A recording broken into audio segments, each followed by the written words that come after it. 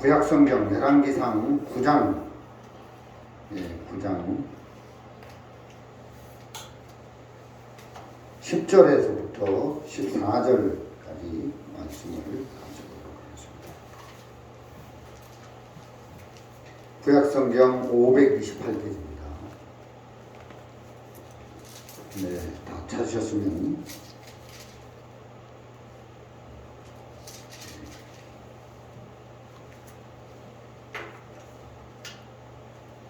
한번 읽어보겠습니다.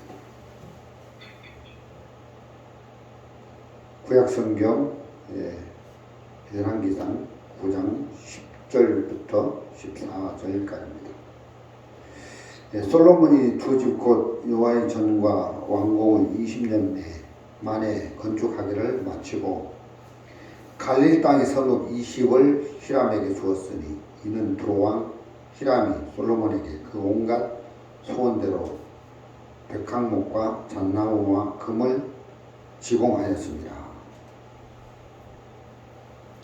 히람이 두로에서 와서 솔로몬이 자기에게 준 성읍들을 보고 눈에 들지 아니하여 이르기를 나의 형이여 내게 준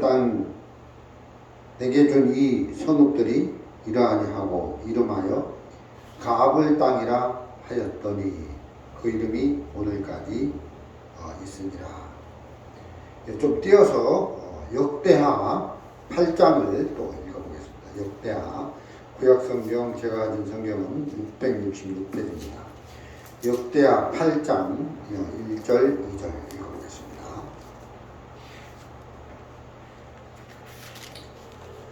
솔로몬이 여호와의 전과 자기의 궁궐을 20년 동안 건축하기를 마치고 후람이 자기에게 준 성읍들을 다시 건축하여 이스라엘 자손으로 거기 거하게 하니라.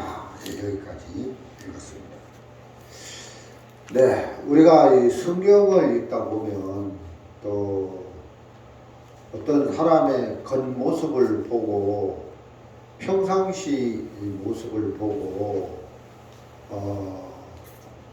이렇게 저 사람은 참 좋은 사람 같다, 참 신앙이 참 좋은 사람 같다, 그렇게 보일 때가 있는데, 근데 이제 어떤 어려운 상황에 딱 들어갔을 때 어떤 그 부담스러운 일에 봉착했을 때 힘든 일을 만났을 때 그때 이제 비로소 그 사람 속에 있는 진짜 그 신앙이 나타나는 걸 볼 수가 있다는 거죠.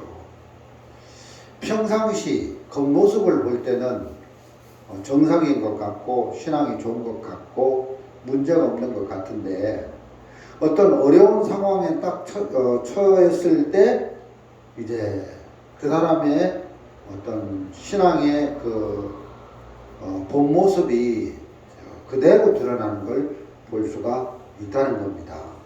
예를 들면 욥기 성경을 읽어보면 욥이 하나님을 숨기고 또 하나님을 의지하고 하나님을 사랑하면서 욥이 만사 형통하고 잘 됐을 때는 그 욥이 처가 하나님을 섬기고 하나님을 사랑하고 그렇게 잘 좋은 모습으로 나타나는 것 같은데 어느 날 욥의 아들 딸들이 죽고 또 재산이 어떤 이렇게 몰수를 당하고 또 집이 불타고 그러니까 욥이 처가 그 욕을 하면서 그래도 당신이 하나님을 순전한 마음으로 이렇게 그 하나님 믿음을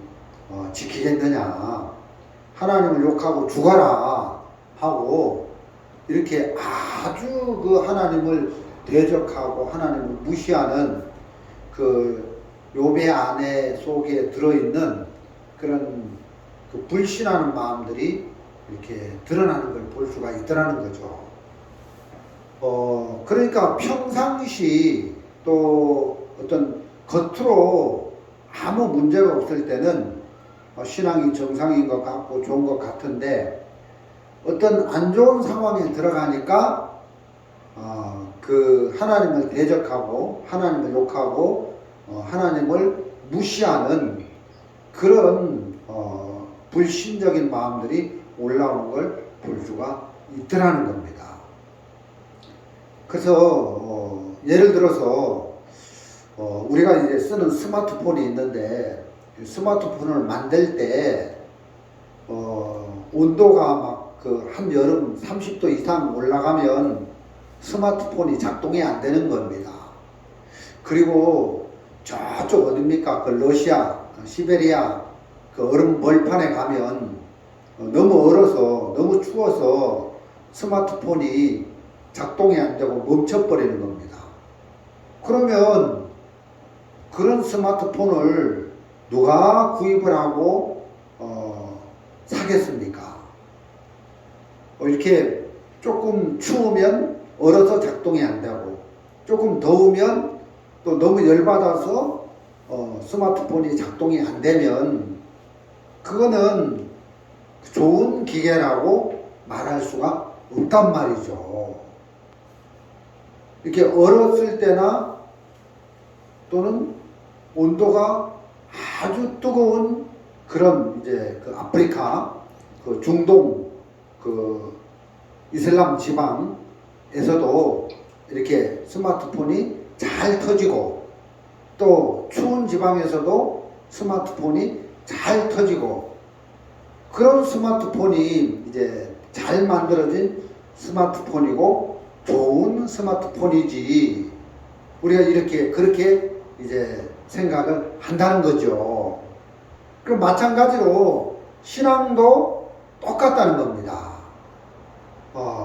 아무 문제가 없고 정상적일 때는 교회도 잘 나오고 하나님을 사랑하는 것 같고 진짜 신앙생활도 잘하는 것 같은데, 조금 어렵고 또 부담스러운 일을 만나거나 또 힘든 일을 만나면 신앙이 막 비정상적으로 이렇게 하나님을 향해서 이렇게 뜨겁던 그런 마음들이 사그러들고 점점 교회와 멀어지고 말씀과 멀어지고 또 하나님하고 이렇게 하나님 곁을 떠나고, 그러면 그 사람 신앙이 좋은 것이 아니라는 겁니다. 그게 좋은 신앙이 아니다.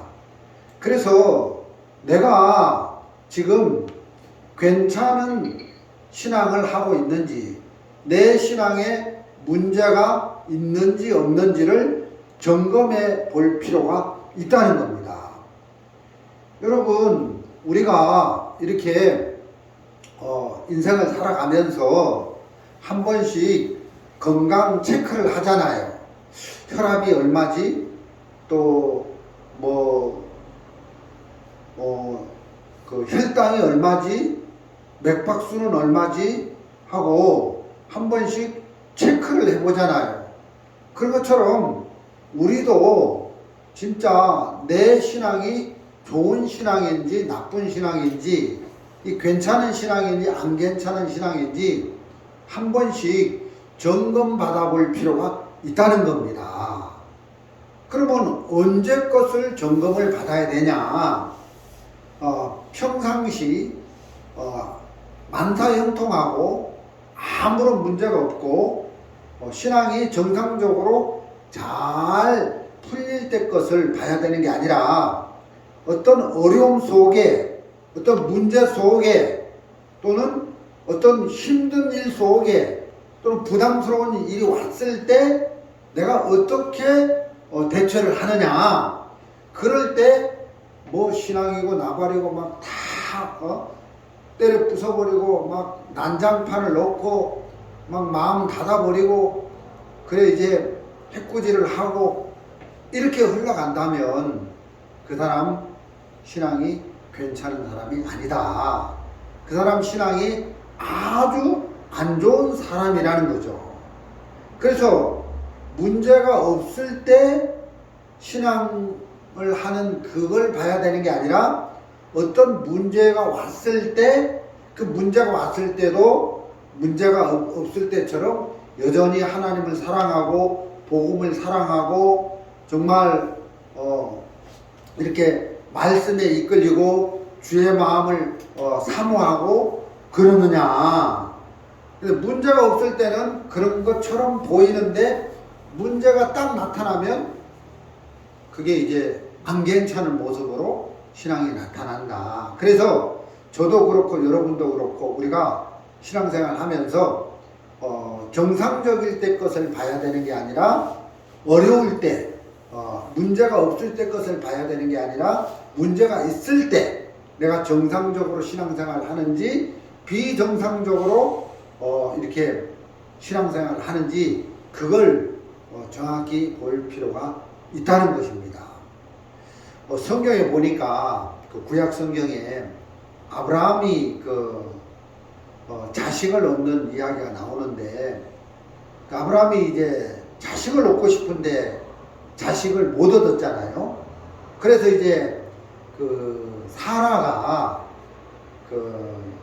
자기 몸종을 이제 그 아브라함 품에 두어서 몸종으로 하여금 자식을 얻어서 자식을 얻고 싶은 마음에 자기가 이제 데리고 있는 그 몸종 하갈을 그 아브라함 품에 이렇게 넣어주잖아요.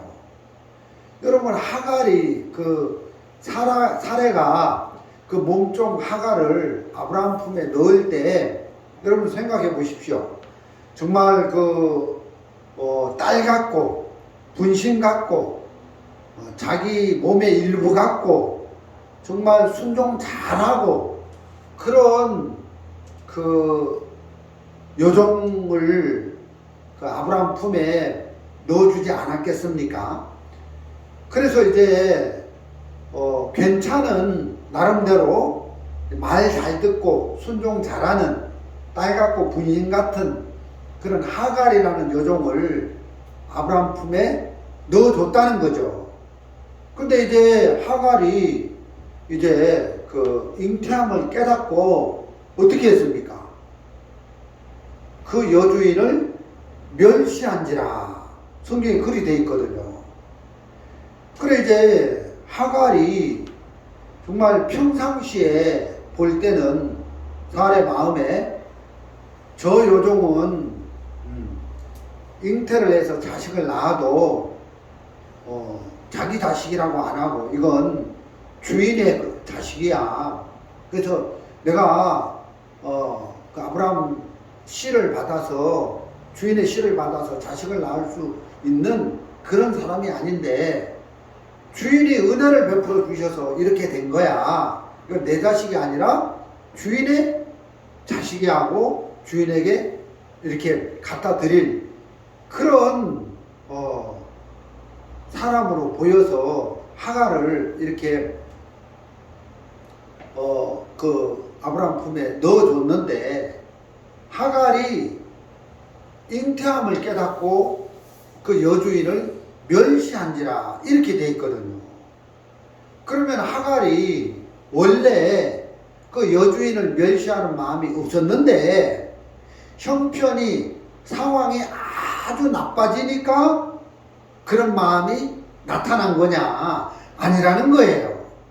원래 여주인을 멸시하는 그런 마음이 마음 밑바닥에 딱 수면에 가라앉혀 있고 숨겨져 있다가 그런 상황이 딱 오니까 기회는 이때다 하고 그 마음속에 있는 그 여주인을 멸시하는 마음이 올라왔다는 거예요. 숨어있던 마음이 수면 위로 드러났다는 거예요. 그러면 이게 하갈의 이야기가 아니라 저와 여러분의 이야기도 된다는 거죠.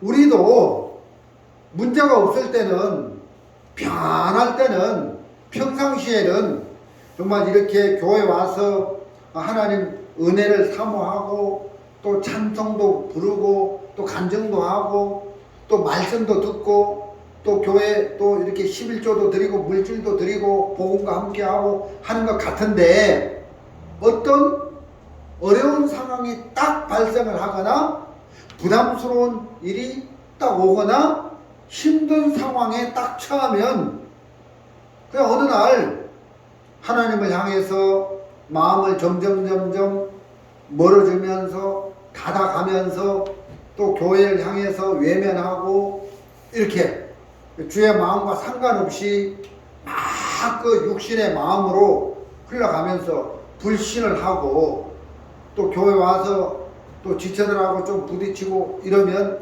마음을 닫아버리고 또 이렇게 흘러가게 된다는 겁니다.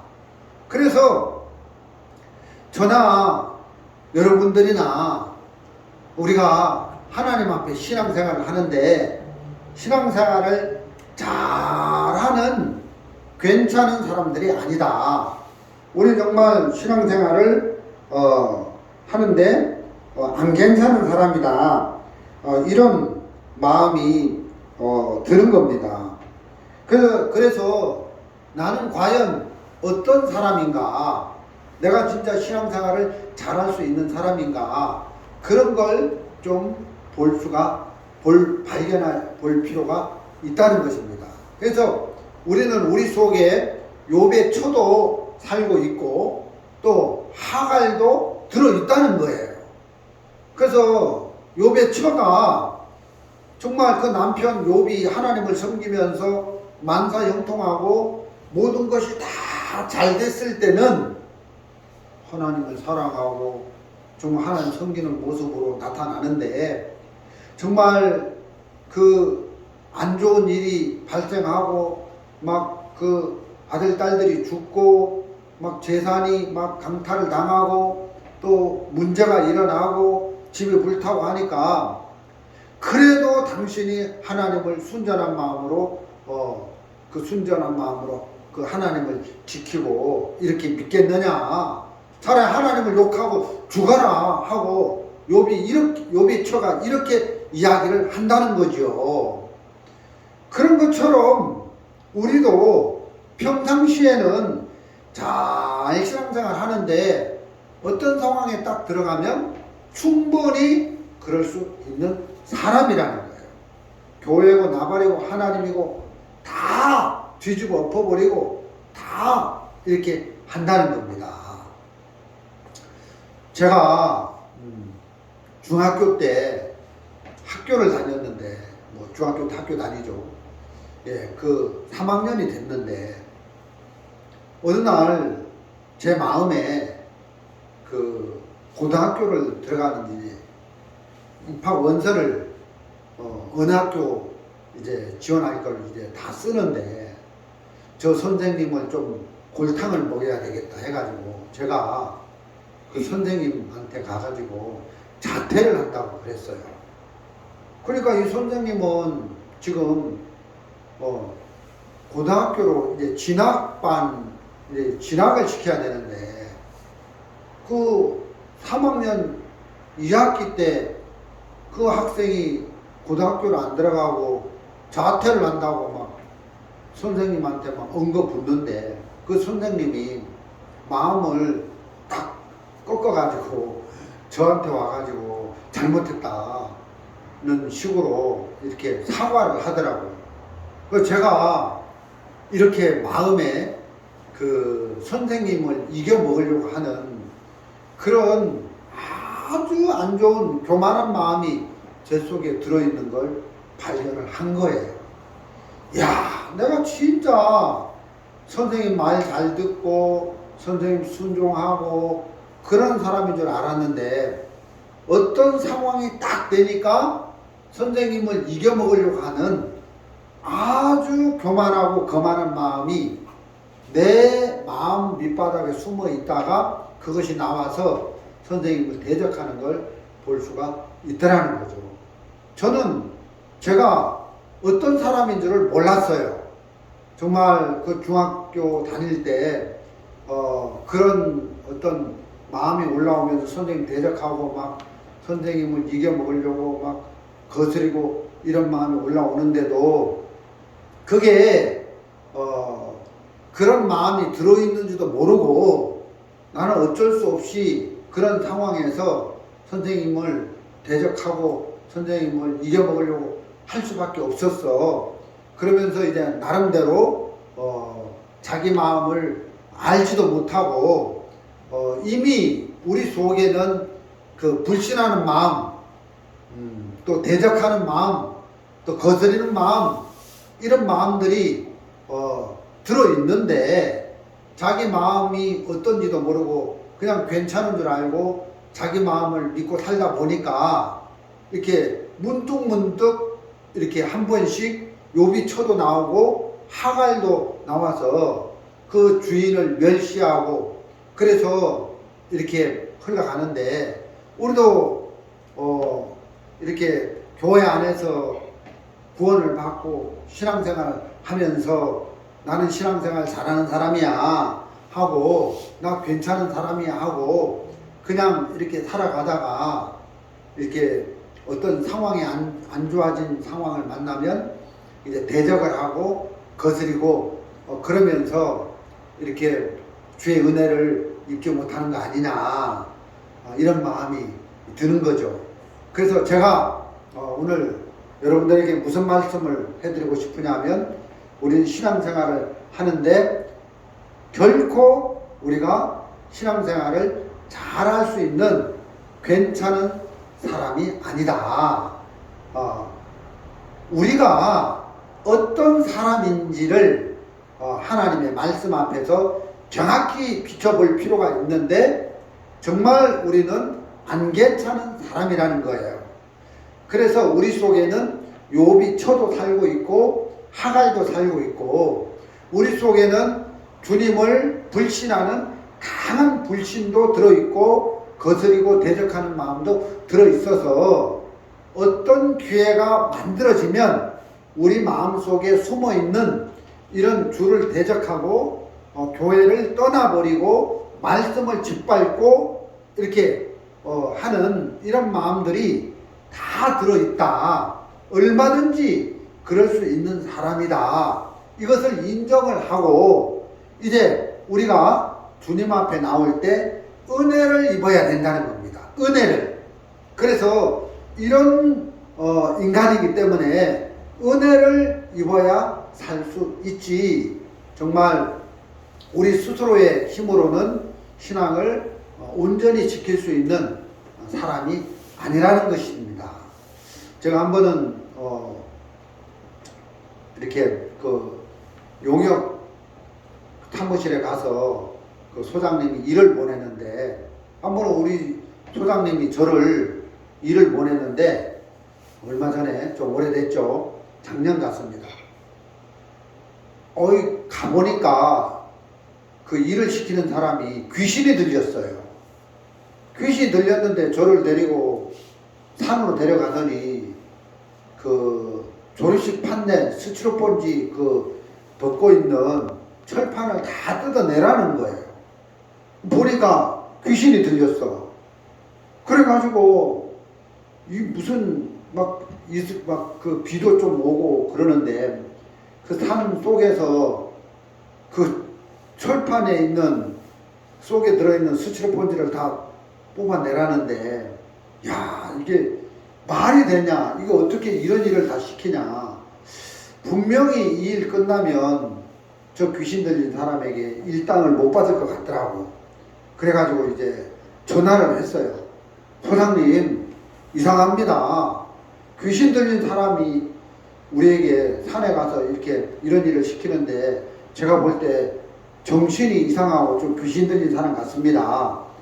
또 2명이 갔는데 또 다른 사람은 그분 귀신 들린 사람이 갖고 있는 밭에다가 불을 지르라는 거예요. 대낮에.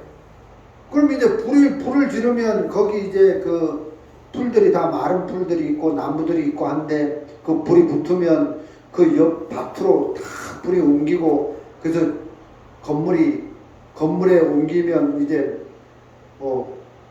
다른 집이 불타고 막 근데 그걸 시키는 거예요. 그러니까 아무리 봐도 정상 사람은 저런 일을 시킬 수 없는데 그래서 이제 소장님한테 전화를 했더니 소장님이 괜찮으니까 전에도 우리 용역에서 인부를 보냈는데 그 일을 했다는 거예요. 그래서 일 끝나고 일당을 받고 왔다는 거예요. 그 아무 문제 없으니까 하라는 거예요. 아니 소장님 그래도 그렇지 어떻게 제가 볼 때는 귀신 들려가지고 정신이 이상한 사람인데 거기 가서 일을 시킵니까? 나 그 귀신 들린 사람 밑에서 이런 정상적인 궤도에서 벗어난 이런 일을 할 수가 없겠습니다 하니까 소장님 막 화를 내더라고. 그래서 이제 왔어요. 오고는 내가 이제 전화로 막 소장님한테 막 따지는 겁니다. 소장님 그래도 그렇지 일을 시키려면 정상적인 사람한테 보내고 이렇게 합당한 일을 시켜야지 귀신 들린 사람에게 보내가지고 이렇게 합당치 못한 일을 하게 하십니까? 하면서 소장님을 향해서 막 마음을 닫고 그리고 이제 그 다음부터는 그 용역 사무실에 안 가고 이렇게 했거든요.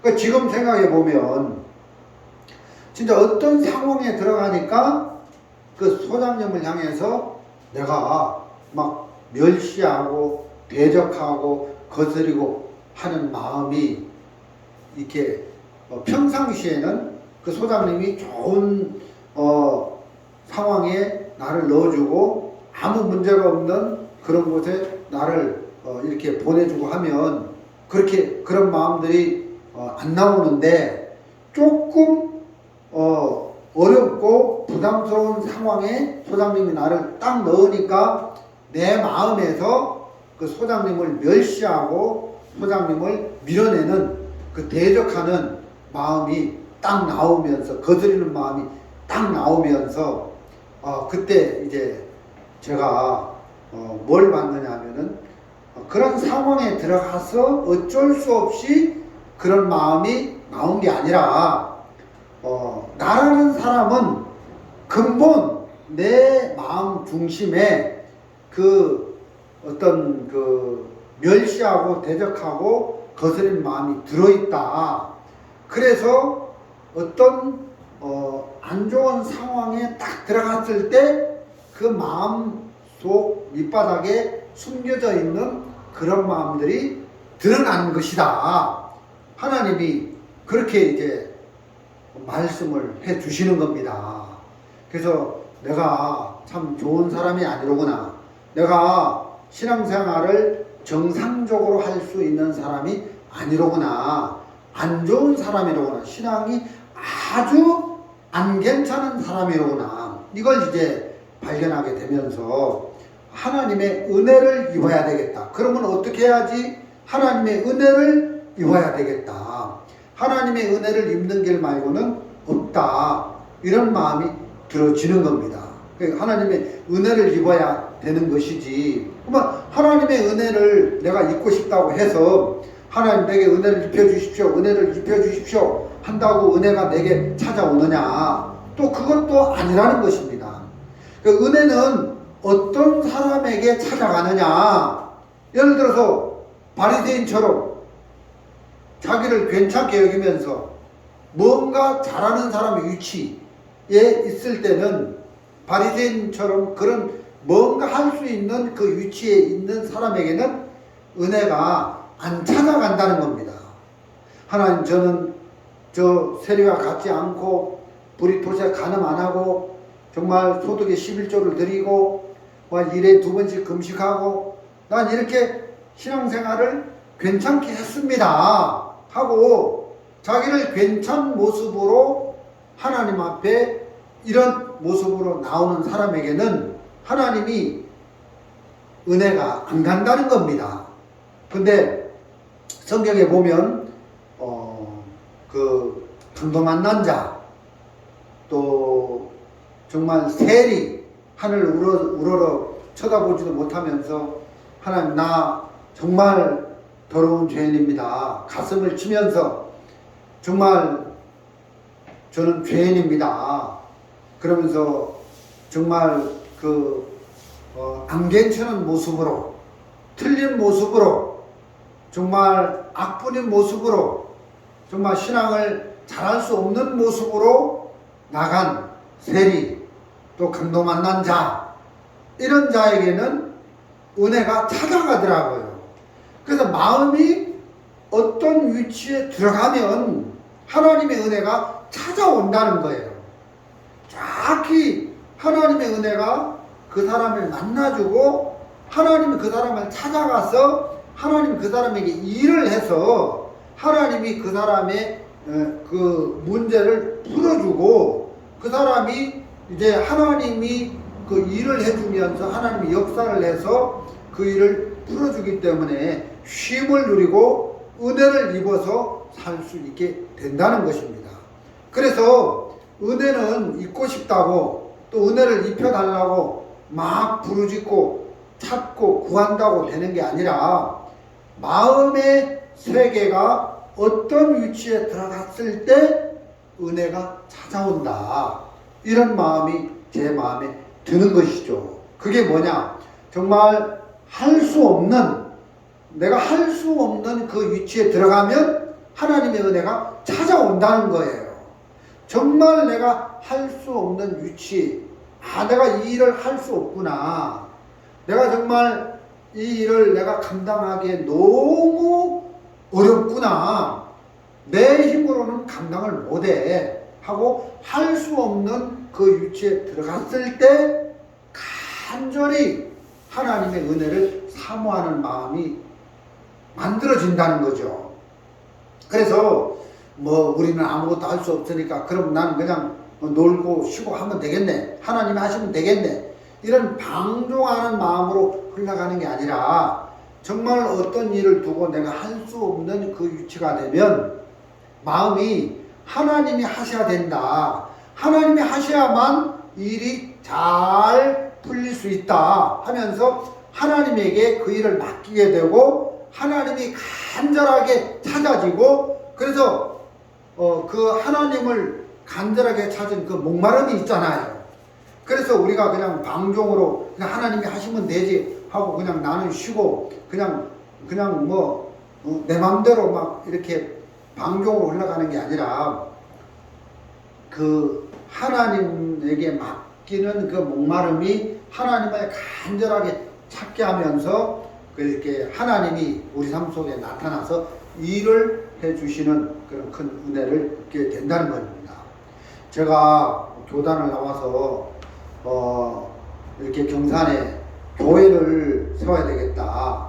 독립침례교회를 세워야 되겠다.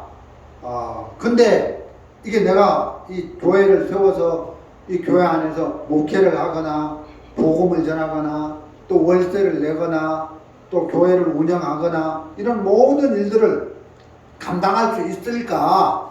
이런 부분을 생각을 해보니까 제가 할 수 있는 건 정말 없더라고요. 내가 이 일을 할 만한 그런 훌륭한 사람이 아니더라고요. 그런 자격을 갖춘 사람이 아니더라고요. 제가 교단을 나와서 독립침례교회를 하면서 목회를 하는데 우리 가족들과 이렇게 이런 일들을 하는데 내가 주일날마다 말씀을 전할 수 있을까? 또 누가 내 말씀을 들을까? 진짜 내 말씀을 들으러 오는 사람이 어떤 사람이 있을까? 이런 걸 생각해 보니까 내가 정말 내 스스로의 힘으로는 목회를 하거나 이 교회를 할 수 있는 사람이 못 된다는 걸 알겠더라고요. 그러니까 할 수 없는 그 위치에 들어가니까 하나님이 하셔야 된다. 하나님의 은혜를 입어야 된다. 하나님의 은혜를 간절하게 구하는 쪽으로 하나님께 내 교회를, 내 목회를, 내 신앙을 맡기게 되더라고요.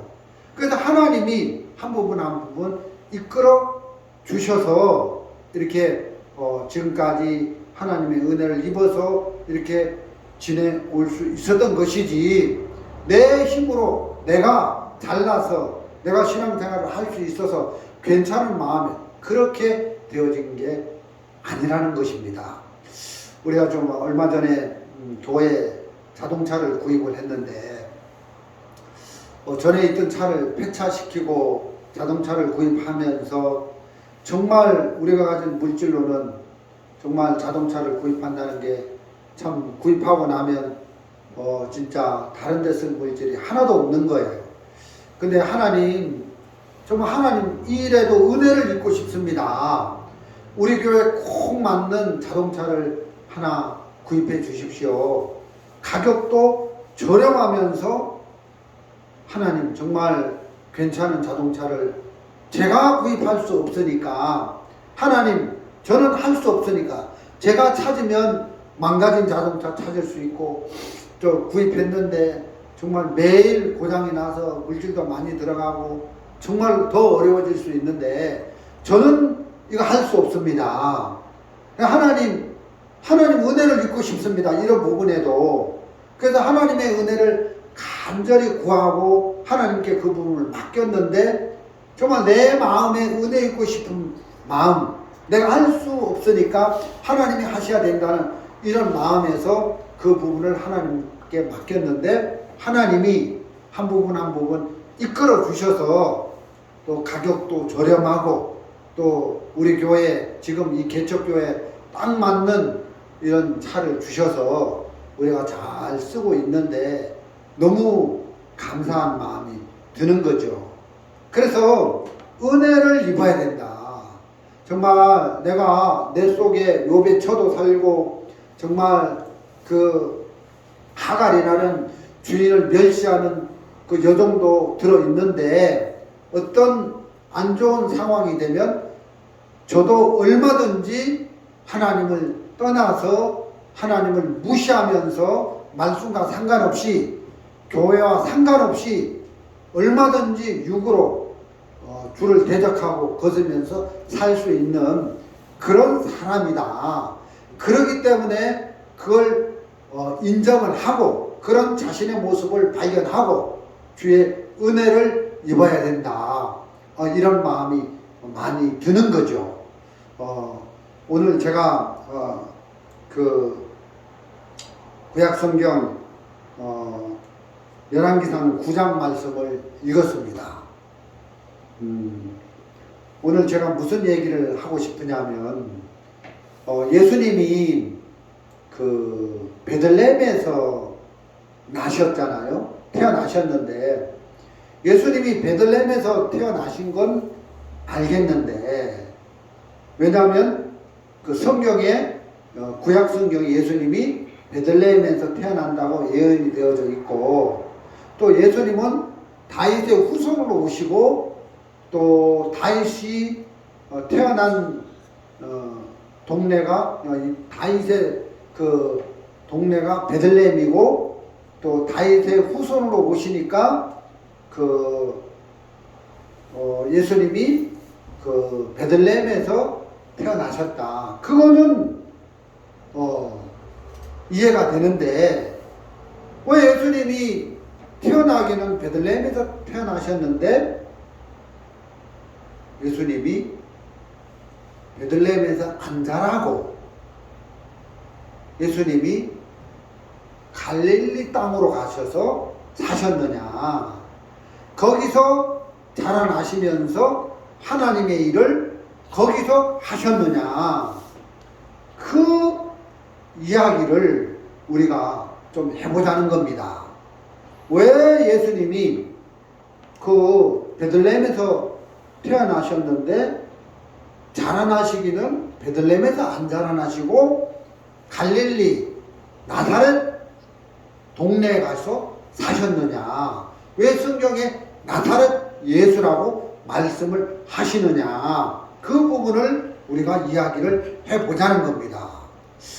그 뭐 유대 땅도 있고 헤브론 땅도 있고 그 이스라엘의 그 좋은 지방들이 있는데 하필이면 갈릴리 지방에 가셔서 예수님이 사셨느냐는 겁니다. 오늘 그 이야기를 좀 같이 나눠보겠습니다. 우리 오늘 열왕기상 9장을 읽었습니다. 여기 보면 솔로몬이 그 두 집 여호와의 전과 왕궁을 20년 만에 건축을 했어요. 그래서 솔로몬이 하나님의 성전을 건축하는데 7년 걸렸고, 또 솔로몬 왕국을 건축하는데 13년이 걸렸는데 20년에 걸쳐서 두 집을 지었는데, 이 두 집을 짓는데 많은 재료, 인부들, 이런 것들이 필요했는데 두로 나라의 히람이라는 왕이 이제 그 솔로몬이 짓는 이 두 집 하나님의 성전과 왕궁을 20년 동안 짓는데 필요한 백향목과 잣나무와 또 금을 또 이렇게 그 인부들을 이렇게 지원을 받은 거예요. 그래서 너무 고마워서 이제 12절에 히람이 두로에서 와서 솔로몬이 자기에게 준 성읍들을 보고 눈에 들지 아니하여. 자, 이제 11절 갈릴 땅의 성읍 20을 히람에게 주었으니 이는 두로왕 히람이 솔로몬에게 그 온갖 소원대로 백향목과 잣나무와 금을 지공하였습니다. 그래서 이제 그 두 집을 짓는데 이제 많은 재료들을 두로 나라의 히람 왕이 제공을 해주는데 그 답례품으로 이제 그 갈리 땅 성읍 20을 줬단 말이에요. 20을 답례로 받은 거죠. 그런데 이제 13절에 보면 12절에 보면 히람이 두로에서 와서 솔로몬이 자기에게 준 성읍들을 보고 눈에 들지 아니하여. 그 솔로몬 왕이 갈리 땅을 줬는데 그게 눈에 안 들었다는 거죠. 눈에 들지 아니하여 13절에 이르기를 나의 형이여 내게 준 이 성읍들이 이러하뇨 하고 이름하여 가불 땅이라 하였으니 그 이름이 오늘까지 있으니라. 그래서 그 솔로몬이 준 그 갈리 성읍 20을 히람 왕이 받고 답례로 받고 눈에 안 탔다는 거죠. 그 말은 가치 없는 땅이었다. 별 볼 일 없는 쓸모없는 땅이었다. 눈에 들지 않았다는 것은 쓸모없는 땅이었다는 거죠. 그래서 그 땅을 이름하여 가불 땅이라. 이 가불이라는 말은 가치 없다, 쓸모없다 그런 뜻이에요. 그래서 가치 없는 땅이다 이름을 이렇게 지었다는 거죠. 가불 땅이다, 쓸모없는 땅이다 이렇게 이름을 지었다는 거예요. 그리고 우리가 역대 오늘 이건 성경 역대하 8장 1절 2절을 또 읽어보겠습니다. 솔로몬이 여호와의 전과 자기의 궁궐을 20년 동안 건축하기를 마치고 후람이 자기에게 준 성읍들을 다시 건축하여 이스라엘 자손으로 거기 거하게 하니라. 그래서 여기 이제 후람 같은 뜻이에요. 이제 번역하는 사람이 달라서 여기는 이제 히람을 후람이라고 번역을 했는데 후람, 히람 같은 이름입니다. 같은 두로 나라의 왕인데 이 후람이라는 사람이 그 갈릴 땅 20성읍을 다시 솔로몬에게 건네주면서 나 안 받아 하고 돌려줬다는 거예요. 그래서 이제 솔로몬이 이제 후람에게서 돌려받은 그 갈리 성읍 20 거기다가 이제 건축을 해서 이스라엘 자손으로 하여금 거기에 살게 했는데 그래서 원래는 갈리 땅이 이스라엘 땅이었는데 솔로몬이 답례로 두로 왕 히람에게 줬으니까 이방 땅이 된 거예요. 이방 땅. 그래서 이제 마태복음에 보면 이방 땅, 이방 갈릴리 땅이요 이렇게 돼 있거든요. 그런데 이제 후람이 다시 그 땅을 이제 솔로몬에게 돌려줘 가지고 솔로몬이 거기에 이제 20성읍을 건축을 해가지고 이스라엘 자손들로부터 살게 했는데 그래서 성경에 보면은 이제 가치 없는 별 볼 일 없는 무가치한 땅이다 그런 뜻이 이제 여기 되어져 있는데 그래서 이제 성경에 보면 예수님이 태어나기는 베들레헴에서 태어나셨는데 왜 갈릴리 땅 그 나사렛 동네에 가서 자라나셨고 거기서 하나님의 일을 하셨느냐 뭐 유대 땅이나 뭐 헤브론이나 그 이스라엘의 좋은 지방에 가서 하나님의 일을 하지 않고 그것은 가치 없는 땅이기 때문에 쓸모없는 땅이기 때문에 거기에 가셔서 예수님이 일을 하셨다는 것입니다. 여러분 그때 마태복음에 보면 흑암에 앉은 백성이 큰 빛을 보았도다 했는데, 그 흑암에 앉은 백성, 그 흑암, 어두운 땅, 그러니까 이스라엘 그 나라에서 가장 어두운 땅이 바로 갈릴리 땅이라는 거예요. 쓸모없는, 가치 없는 땅이 바로 갈릴리 땅이라는 거예요. 그래서 예수님은 가치 없는, 쓸모없는 그런 버려진 땅에 가서서 하나님의 일을 하셨다, 그걸 알 수가 있다는 것이죠. 그렇다면 예수님은 어떤 마음을 가진 사람에게 찾아가서 일을 하시느냐? 바로 쓸모없는 사람, 가치 없는 사람, 무가치한 사람, 다시 말하면 나는 너무 부족해, 나는 연약해, 나는 정말 악밖에 없는 사람이야, 나는 내 힘으로는 할 수 있는 게 아무것도 없어, 무가치한 인생이야 하고 자기를 쓸모없는 사람이라고, 무가치한 인생이라고 여겨지는 그 마음에 예수님이 찾아가셔서 일을 하신다는 겁니다. 그래서 예수님이 찾아가셔서 일을 하시고 또 하나님의 역사를 만들어내고 이렇게 하신다는 것입니다.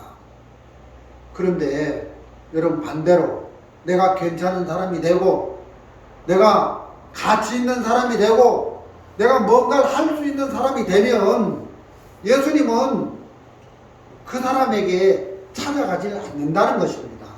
그 사람에게 안 찾아갈 뿐 아니라 예수님이 그 사람에게 어떤 일도 하실 수가 없는 것을 볼 수가 있다는 것입니다.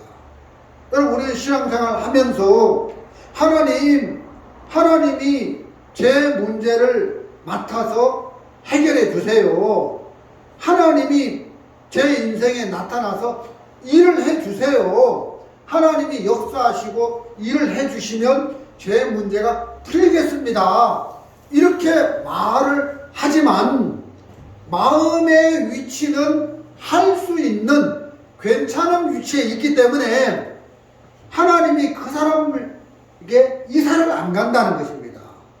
왜 예수님이 태어나기는 베들레헴에 태어나셨는데 거기서 자라서 거기서 하나님의 일을 하시고 하나님의 역사를 나타내시면 되시지, 왜 예수님이 태어나기는 베들레헴에 태어나셨는데 베들레헴에서 자라나서 하나님의 일을 하지 않고 갈릴리 땅으로 가셔서 나사렛 동네에서 자라나셔서 그 동네에서 하나님의 일을 하셨느냐? 그것은 그 동네가 흑암의 어둠 속에, 깜깜한 어둠 속에 갇혀있는, 아무것도 내세울 만한 것이 없는 쓸모없는 땅이었기 때문에 그 동네에 가셔서 일을 하신 것이다, 그런 마음이 드는 겁니다.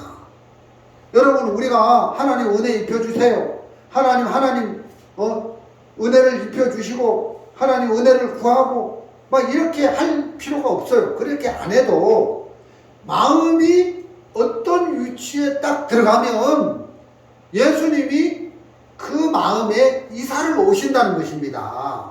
그래서 예수님이 만나지고 예수님이 찾아오시는 마음의 위치가 있는데 그 위치는 우리가 할 수 없는, 정말 마음에서 할 수 없는 그 위치입니다.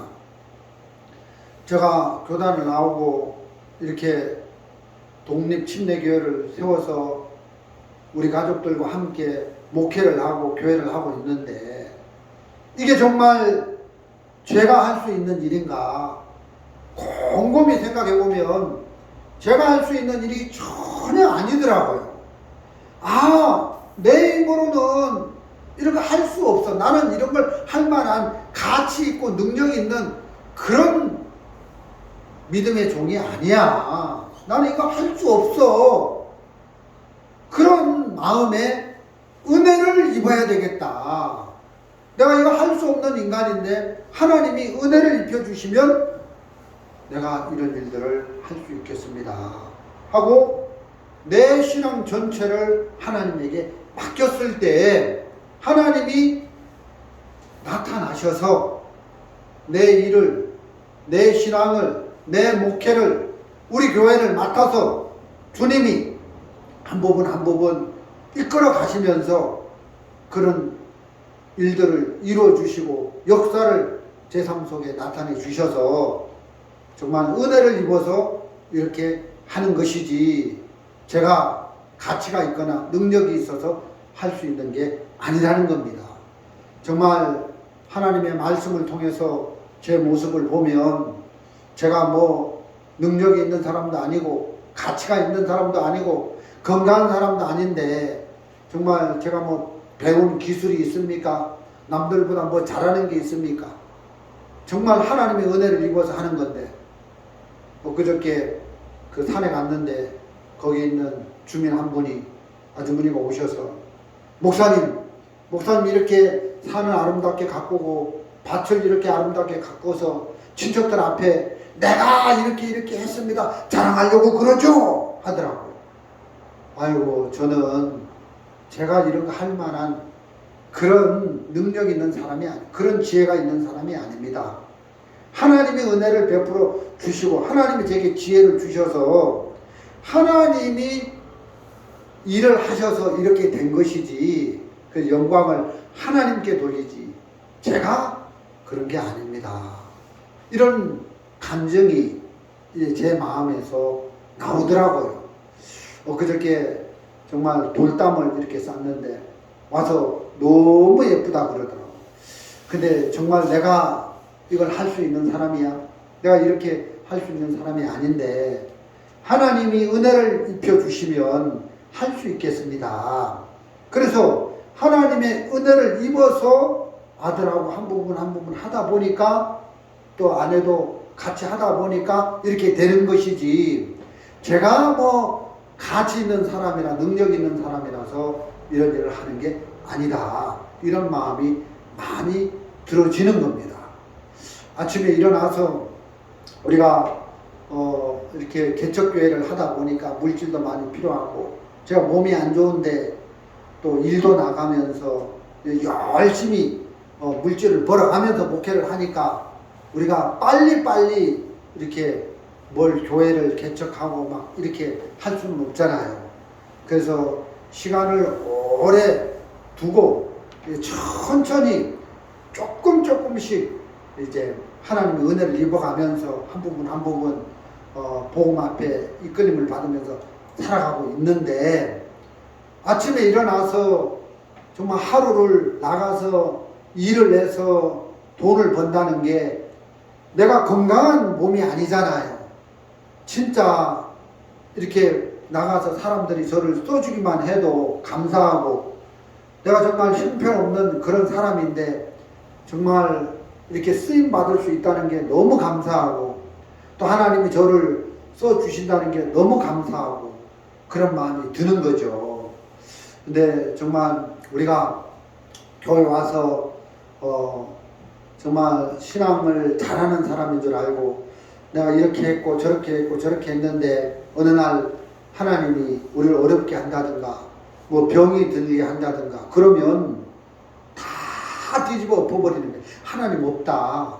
내가 이렇게 교회가 시키는 대로 다 했는데 내가 이렇게 교회와 함께 했는데 하나님이 나에게 왜 이런 암병을 주냐 하나님 없다 하고 하나님 떠나버리고 교회고 말씀이고 복음이고 다 던져버리고 그렇게 흘러가는 걸 보는데 그게 아니다. 우리가 정말 그 성경에 보면 욥의 그 신앙을 잘 우리가 유념해 볼 필요가 있는데 욥이 아니라 그 요셉의 신앙을 잘 유념해 볼 필요가 있는데 요셉이 어느 날 형들의 미움을 받아가지고 그 애굽에 팔려가잖아요. 그리고 또 이렇게 감옥에도 갇히고 또 술 맡은 관원장의 꿈을 해석을 해주는데 이제 술 맡은 관원장이 복직이 됐는데 그 요셉을 기억해 달라고 했는데 요셉을 2년 동안 기억 안 하잖아요. 여러분, 근데 그런 것 하나가 하나님의 뜻 안에서는 다 감사한 거죠. 그 중에 하나라도 빠지면 요셉이 애굽의 총리가 됩니까? 안 됩니까? 안 되죠. 예를 들어서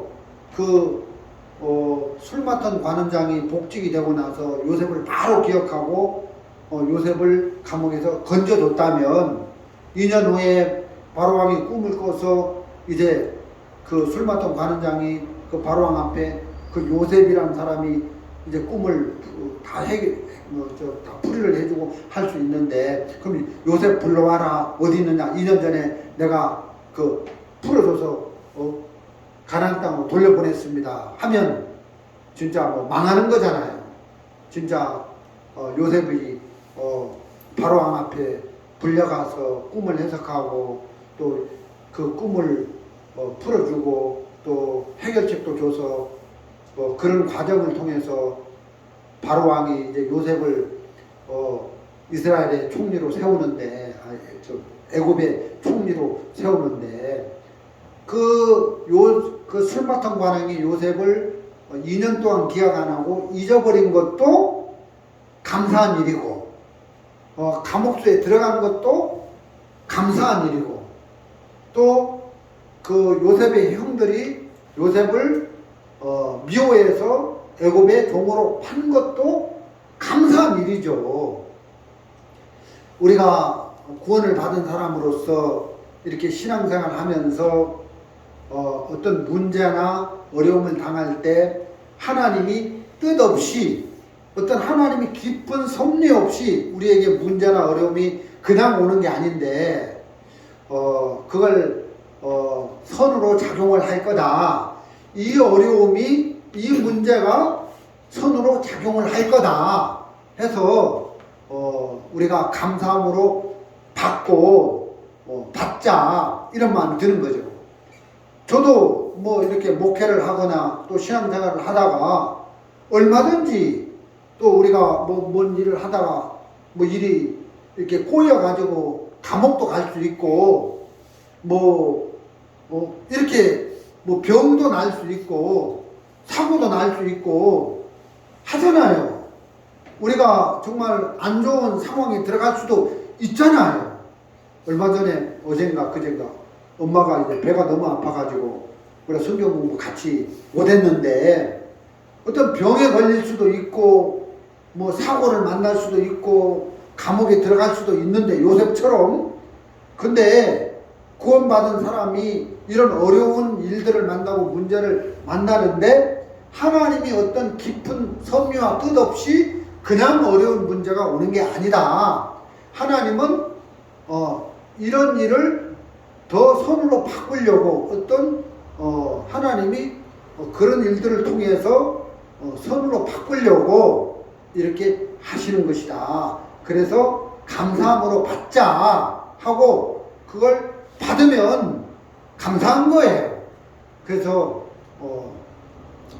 우리가 이런 깊은 하나님을 믿는 믿음의 세계를 우리가 발견하고, 어떤 일을 만나도 이건 좋은 일이야, 이건 선한 일이야, 어떤 어려움을 만나도 이건 좋은 일이야, 선한 일이야, 선으로 바뀔 거야 하고 나가면 복이 된다는 것입니다. 여러분, 우리가 정말 예수를 믿고 어떤 안 좋은 상황에 들어갈 수 있잖아요. 어떤 기독교를 박해하는 시대가 돼가지고 예수 믿는 사람은 다 잡아서 감옥에 집어넣는다. 또 교회 나가는 사람은 다 잡아서 감옥에 집어넣는다. 그러면 우리 중에 누가 교회에 나올 사람이 있겠습니까? 네. 그런 비정상적인 형편 가운데 들어갔을 때 정말 그때도 복음을 사랑하고 그때도 주님을 사랑하고 하느냐, 그런 걸 볼 필요가 있다는 것입니다. 근데 정상적일 때는 평안할 때는, 문제가 없을 때는 신앙이 잘 좋은 모습으로, 괜찮은 모습으로 나타나는데, 안 좋은 상황에 들어갔을 때는 신앙이 정상적인 신앙이 아니라 비정상적으로 갈 수 있는 사람이다. 그래서 우리 속에 욥의 처도 들어있고 정말 하갈도 들어있다. 그래서 하나님을 욕하고 죽어라 하듯이 우리가 얼마든지 하나님을 저주하고 하나님을 떠나고 그럴 수 있는 사람이라는 것입니다. 그래서 우리가 이런 신앙이 안 좋은 사람이라는 걸 염두에 두셔서 이제 하나님의 은혜를 입어야 된다. 하나님이 우리를 잡고 가시면 우리가 정말 어떤 상황에서도 우리가 정말 대적 안 하고 우리가 거스르지 않고 불순종 안 하고 불신 안 하고 순종하고 주를 사랑하고 신앙이 좋을 때도 복음을 사랑하고 신앙이 안 좋을 때도 어떤 상황이 안 좋은 상황에 들어갔을 때도 우리가 이 복음을 뜨겁게 사랑하고 또 주님을 사랑하고 말씀을 사랑하고 또 성령의 이끌림을 받고 이렇게 그러면서 우리 내면의 변화를 받고 신령한 삶을 정말 우리가 절제하고 인내하고 또 남을 섬기고 또 이웃을 사랑하고 이렇게 또 봉사하고 이렇게 따르고 할 수 있는 것이지 그런 마음이 듭니다. 그래서 우리가 하나님의 은혜를 입어야 이 거스리는 육신에게서 나오는 본성을 이기고 성령의 본성에 이끌리면서 우리가 정말 신의 성품에 참여하는 그런 아름다운 성품, 하나님의 성품을 유지하면서 끝까지 신앙생활을 할 수 있겠다 이런 마음이 듭니다. 여러분 결핵에 걸리면 그냥 살아야 되는 게 아니잖아요. 몸에 암이 걸렸는데 그냥 살아야 되는 게 아니라 약을 먹고 결핵을 녹이든지 아니면 뭐 수술을 해서 암을 잘라내든지 이렇게 무슨 방책을 써야지. 결핵이 걸렸고 또 코로나가 걸렸고 또 암이 걸리고 할 때 그냥 될 대로 되라 그렇게 사는 사람 없잖아요. 여러분 약을 먹거나 뭐 수술을 하거나 해서 이렇게 도려내거나 녹히든가 뭐 삭히든가 해서 이제 그 병을 치료해야 건강하게 살 수 있는 거죠. 여러분 집에 잠을 자는데 방 안에 독사가 한 마리 들어왔어요. 근데 그 독사를 잡으려고 하는데 독사가 장롱 밑으로 들어갔어요. 책상 밑으로 들어갔어요. 그러면 아이고 막 피곤한데 오늘 그냥 자자. 그리고 내일 잡자 하고 그런 사람이 어디 있습니까? 정말 장롱을 드러내든지 막 그 밤에 막 책상을 드러내든지 해서 그 독사를 잡고 그 뱀을 때려잡고 그래 없애고 그래야 그 방에서 편안하게 잠을 잘 수 있는 것이지. 뱀이 한 마리 들어왔는데 아이고 피곤하다 장롱 밑에 숨었는데 장롱 들어가는 게 힘들다 내일 잡자 하고 그냥 자는 사람 없다는 거죠. 마찬가지로 우리 마음 속에 불신도 들어있고 우리 마음 속에 교만도 들어있고 우리 마음 속에 정말 대적하는 마음도 들어있고 우리 마음 속에 그런 오름도 들어있고 모든 욥의 처도 들어있고 하갈도 들어있는데 정말 이런 죄악이 가득 들어있는데 그냥 그 마음을 덮어놓고 살면 어느 날 어떤 형편에 들어가면 어떤 상황에 들어가면 그게 나와서 하나님을 욕하고 교회를 떠나고 말씀을 짓밟고 복음을 버리고 또 종들을 향해서 마음을 닫고 그렇게 살아갈 수 있는 사람이라는 거죠. 그렇기 때문에 우리가 어떤 사람인지를 정확히 발견하고 내 마음속에 이런 불신들의 마음이 있는데 하나님의 은혜를 입어서 하나님이 이런 마음들을 다 가라앉혀 주시고 내 마음이 정말 얘 죽을 때 보혈로 정말 깨끗이 치유가 되어서 십자가의 공로를 의지해서 정말 내가 육신에 속한 이런 육신의 성품들이 죄들이 전부 십자가에서 다 끝났다는 걸 발견하고 이제 새로운 피조물로 살 수 있도록 하나님이 우리에게 은혜를 베풀어 놓은 이런 부분을 생각하면서 정말 우리가 이렇게 은혜를 입으면서 또 2023년 한 해를 계속 이어나가는 그런 신앙의 삶을 살았으면 좋겠습니다. 오늘 말씀은 여기까지 드리도록 하겠습니다.